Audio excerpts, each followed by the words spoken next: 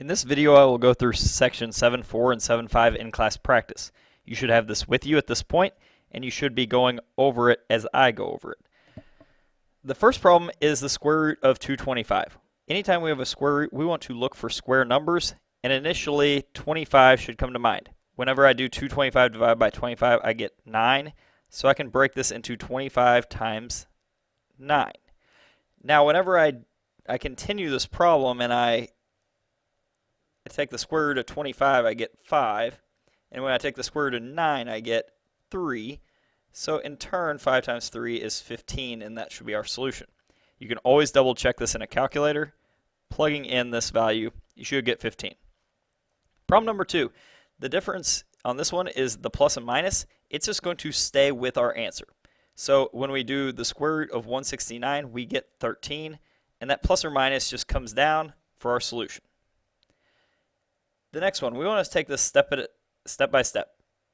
The square root of negative 7 is 49.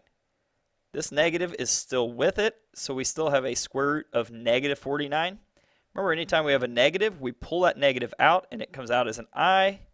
So we have I square root 49, and we know that the square root of 49 is 7, so I'm just going to switch it around and make it 7i. Using our basic definition of square roots of a fraction, we can take this and rewrite it as the square root of 1 over the square root of 16. When we simplify that, we get 1 over 4. Problem 5. When we have a square root of 49, we know the square root of 49 is 7, so it comes outside of the square root. We might still have things inside the square root. I'm going to take m to the 6th, and I'm going to write it as m raised to a certain power squared, because I know that I can plug in a number right here that will give me an equivalent to m to the 6th, and that's m to the 3rd. The reason I do this is because now the square and the square root cancel each other out.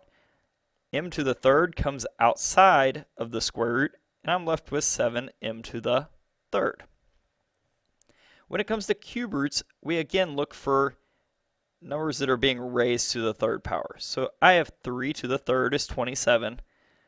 R to the 3rd stays there. And now whenever this comes out, these two cancel each other out, and 3 is what comes outside of the root. R to the 3rd raised to the 3rd root just becomes R, so our answer is 3R. Again, when we have a cubic root, we are looking for things raised to the 3rd power.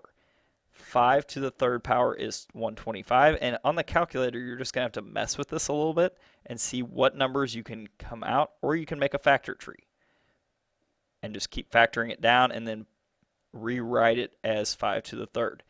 I'm going to rewrite r to the 9th as r to the 3rd to the 3rd.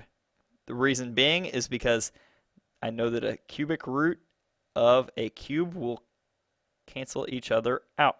I'm also going to rewrite this as m to the 6th to the 3rd. And mind you, this is all still under the cubic root. When I start pulling things out, these two cancel each other out, and a 5 is outside of the cubic root. These two also cancel each other out, and r to the 3rd is outside. These two also cancel each other out, and m to the 6th is now represented on the outside. So anytime we have a cubic root of a cube, they cancel each other out, and we're left with whatever we had before. Another cubic root. Negative 3 to the 3rd is negative 27. C to the 9th I'm going to rewrite as C to the 3rd to the 3rd.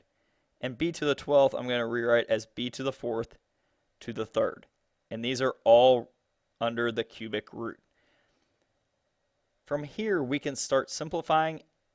A cubic root and a cube cancel each other out, so negative 3 is now outside.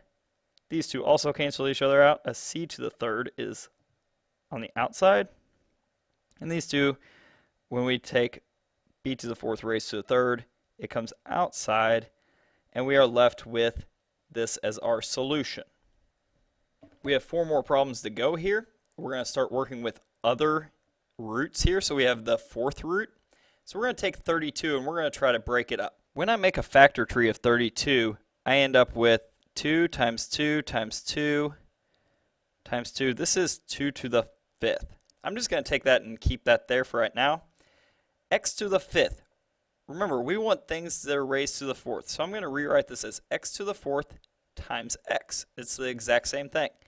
And then y to the 9th, I'm going to rewrite as y to the 8th times y to the 1st. And the reason being is 8 is divisible by 4, so we know that that portion will be able to be pulled out, and we'll be left with a y inside the root. So at this point, I can take out 2 to the 5th to the 4th. This comes out as 2, and I still have 1 2 left inside because I took 2 to the 4th out and it came out as a 2. I still have that single 2 left, just like we would do with the variables.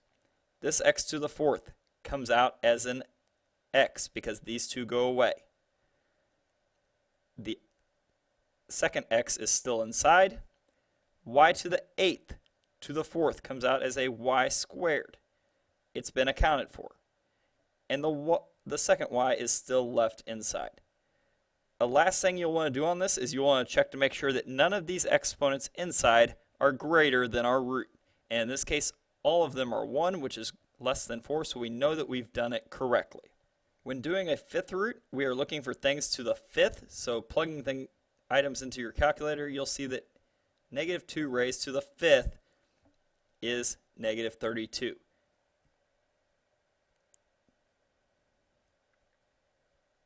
I'm going to take x to the 10th and I'm going to rewrite it as x squared to the 5th because here I'm focusing on the 5th power. And then I'm going to do y to the 3rd and I'm going to raise it to the 5th as well. So now when we have the 5th root, these two will go away. Negative 2 is now represented on the outside. These two cancel each other out. X squared is now represented on the outside. And the 5th root of a 5th power, these cancel each other out. And we're left with y to the 3rd, and all items ended up on the outside. Notice on problem 10, that was the case. We don't have to write that root any longer. On problem 9, if things stay inside, we still have to write it, so we just have to be really careful with it. Problem 11, we have z to the 8th all to the 4th root. I'm going to rewrite this as z to the something raised to the 4th. And when I put that something in, that something is a 2. So z squared, this is all under the 4th root. So these two cancel each other out, and we're left with a z squared as our answer. Another way you can look at this is you can do 8 divided by 4, and that will also get you 2. And it might be helpful to look at the next section, section 5, in order to see this a little clearer. I'm going to take the next example, 5g raised to the 4th, and I'm going to rewrite this as 5g squared all squared. Again, I'm taking this inside and I'm rewriting it. So I know that these two go away, and I'm left with 5g squared, which is 25g squared, and I am finished.